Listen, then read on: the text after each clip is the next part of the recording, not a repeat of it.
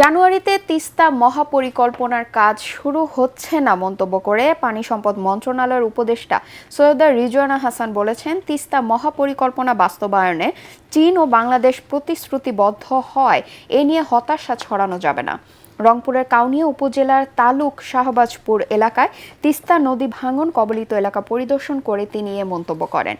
বন্যা নিয়ন্ত্রণ, নদী ভাঙন রোধ ও সেচ কার্যক্রম অন্তর্ভুক্ত থাকায় প্রকল্প এলাকা নিয়ে যাচাই বাছাই সময় সাপেক্ষ উল্লেখ করে উপদেষ্টা বলেন, চীন সরকার যত দ্রুত সম্ভব এই প্রকল্পটির কাজ শুরু করতে আগ্রহী রয়েছে।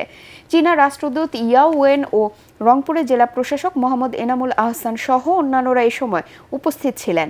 এর আগে উপদেষ্টা তিস্তা সড়ক ও রেল সেতু এবং নৌকায় নদী এলাকা পরিদর্শন করেন।